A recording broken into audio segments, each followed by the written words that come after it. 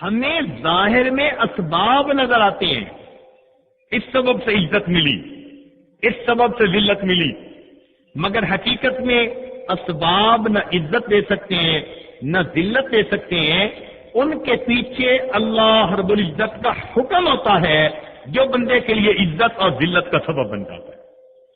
ہم اللہ تعالیٰ کو راضی کریں گے تو عزت کا حکم ہوگا، اور اللہ تعالیٰ کو ناراض کریں گے تو ہمارے لیے ذلت کا سبب ہو جائے گا۔ اس لیے زندگی گزارنے کے دو راستے ہیں، ایک ہے نظر کا راستہ اور ایک ہوتا ہے خبر کا راستہ۔ نظر کا راستہ کہتے ہیں کہ انسان کی آنکھ اس کو دیکھ کر کیا بتا رہی ہے، یہ نظر کا راستہ ہوا، اور خبر کا راستہ کہتے ہیں کہ شریعت اسے کیا کہہ رہی ہے، اوپر سے اللہ رب العزت کی طرف سے حکم کیا آ رہا ہے۔ تو یہ دو مختلف راستے ہیں۔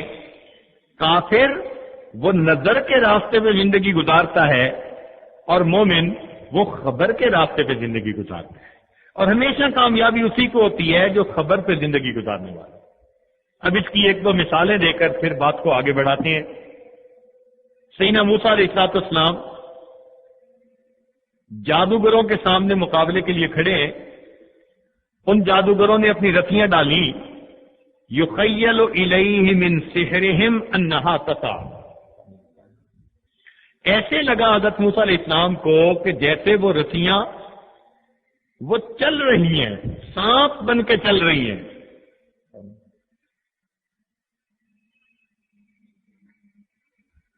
چنانچہ ایسی صورتحال میں کہ جب ایک بندہ سانپوں کے درمیان گھرا کھڑا ہے، وہ اگر اپنی عقل سے سوچے کہ مجھے کیا کرنا چاہیے، عقل اس کو کہے گی کہ دیکھیں تمہارے چاروں طرف سانپ ہیں اور تمہارے ہاتھ میں ایک لاٹھی ہے، لاٹھی کو مضبوطی سے پکڑ لو، جو سانپ قریب آئے اس سانپ کے سر پہ لاٹھی مارو تو ممکن ہے کہ تم بچ سکو، تمہارے لیے امید کی آخری کرن لاٹھی ہے، اس کو ہاتھ سے مت چھوڑنا۔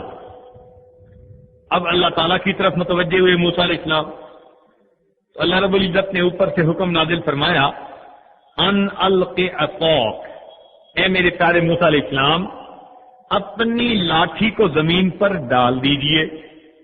اب عقل چیختی ہے، چلاتی ہے، شور مچاتی ہے، کیا کر رہے ہو، یہ آخری امید کی کرن بھی ختم ہو جائے گی۔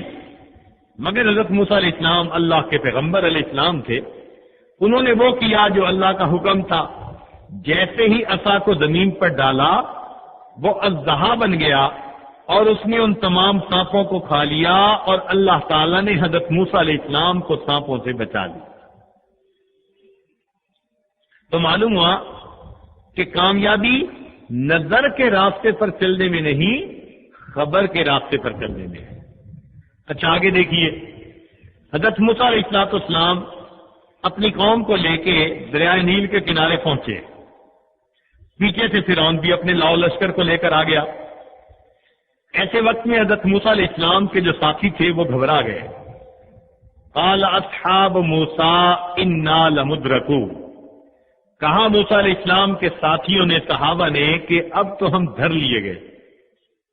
ایسے وقت میں ایک یقین بھری آواز آئی اور حضرت موسیٰ علیہ السلام نے فرمایا، کلا، ہرگز نہیں، ان معی ربی سیہدین، میرا رب میرے ساتھ ہے، وہ ضرور میری رہنمائی کر دے گا۔ چنانچہ ایسے وقت میں نظر سے پوچھیں کہ کیا کرنا چاہیے۔ نظر کہتی ہے جی آگے تو ہے پانی کا دریا اور پیچھے ہے تمہارے انسانوں کا دریا، درمیان میں تم سینڈوچ بن گئے۔ اب ایک ہی طریقہ ہے، اپنی لاٹھی کو مضبوطی سے پکڑو اور دشمن قریب آئے تو اس کا مقابلہ کرو، ہو سکتا ہے کہ تمہارے لیے کامیابی ہو۔ حضرت موسیٰ علیہ السلام نے اللہ رب العزت سے پوچھا کہ رب کریم کیا کرنا چاہیے۔ چنانچہ اللہ تعالیٰ کی طرف سے حکم نازل ہوا، ان اضرب بعصاک البحر، اے میرے پیارے موسیٰ علیہ السلام اس لاٹھی کو پانی پہ ماریے۔ اب یہ بات سن کر عقل چیختی ہے، چلاتی ہے، شور مچاتی ہے، کہتی ہے کیا کر رہے ہو؟ پانی پہ لاٹھی مارنے سے کیا بنے گا؟ مارنی ہی ہے تو صبر کرو، اور جب فرعون تمہارے پاس آئے تو اس کے سر پہ دے مارنا، شاید تمہیں کامیابی ملے۔ لیکن حضرت موسیٰ علیہ السلام نے لاٹھی کو پانی پر مارا، اور اللہ تعالیٰ نے پانی کے اندر 12 راستے بنا دیے، اور ان کی قوم کے 12 قبیلے اس راستے سے نکل کر دریا پار کر کر چلے گئے۔ اللہ تعالیٰ نے ان کو کامیابی عطا کی۔ تو نظر میں کامیابی نہیں، خبر پر عمل کرنے میں کامیابی ہے۔ تیسری مثال، حضرت موسیٰ علیہ السلام دریائے نیل سے نکل کر وادی تی میں، قوم آئی، حضرت پانی نہیں، بڑی تنگی ہے، پینے کو پانی چاہیے، جینے کو پانی چاہیے۔ ایسے وقت میں عقل سے پوچھے کیا کریں؟ عقل کہتی ہے جی آپ کے پاس اور تو کچھ نہیں، لاٹھی ہے، اس لاٹھی سے گڑھا کھودو، لیکن ذرا خیال رکھنا لاٹھی ٹوٹنے نہ پائے، اگر ٹوٹ گئی تو تم گڑھا بھی نہیں کھود سکو گے، گڑھا کھودو گے پانی نکل آئے گا، ضرورت پوری ہو جائے گی۔ یہ ہے نظر کا راستہ۔ حضرت موسیٰ علیہ السلام نے اللہ رب العزت کی طرف رجوع کیا، اوپر سے خبر آ گئی، اے میرے پیارے موسیٰ علیہ السلام، ان اضرب بعصاک الحجر، اس لاٹھی کو پتھر پہ دے ماریے۔ اب یہ بات سن کے عقل پھر چیختی ہے، چلاتی ہے، شور مچاتی ہے، کہتی ہے کہ پتھر پر لاٹھی مارنے سے کیا بنے گا؟ مگر حضرت موسیٰ علیہ السلام اللہ کے پیغمبر تھے، انہوں نے وہی کیا جو اللہ کا حکم تھا، لہذا جیسے ہی پتھر پر لاٹھی ماری، اللہ تعالیٰ نے پتھر سے چشمے جاری فرما دیے اور ان کی ضرورت کو پورا کر دیا۔ تو کامیابی نظر کے راستے میں نہیں بلکہ خبر کے راستے پر چلنے میں ہے۔ یہ جو شریعت و سنت ہے نا، یہ ہے خبر کا راستہ۔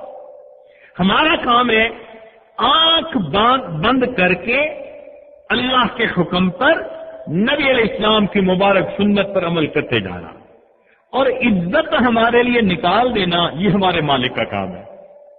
وَتُعِزُّ مَن تَشَاءُ وَتُذِلُّ مَن تَشَاءُ بِيَدِهِ الْخَيْرُ وَهُوَ عَلَى كُلِّ شَيْءٍ قَدِيرٌ۔ یہ بات جس کے دل میں بیٹھ گئی، گویا ایسے بندے کو پکا یقین حاصل ہو گیا۔ اس کو یقین محکم کہتے ہیں، اور یہ یقین بندے کے لیے کامیابی کا سبب بنتا ہے۔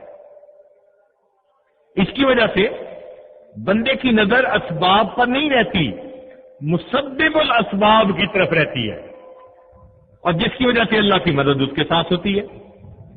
دیکھیے حضرت عمر رضی اللہ عنہ کا زمانہ ہے، سیدنا خالد بن ولید رضی اللہ عنہ جہاں بھی جاتے ہیں ان کو فتح ہوتی ہے، جہاں بھی جاتے ہیں فتح ہوتی ہے۔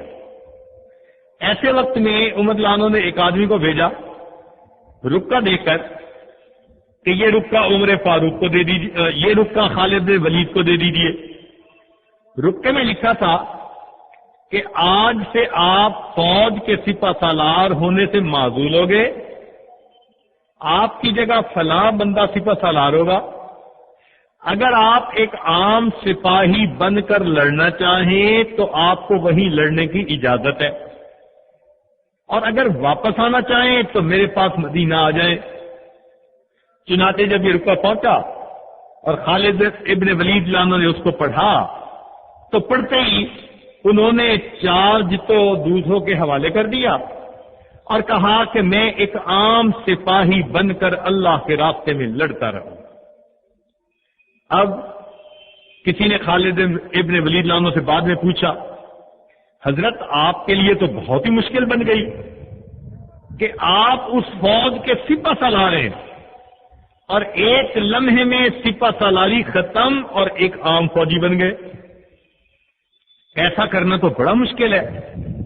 تو خالد ابن ولید رضی اللہ عنہ نے جواب دیا کہ مجھے تو کوئی مشکل پیش نہیں آئی۔ اس نے کہا جی وہ کیسے؟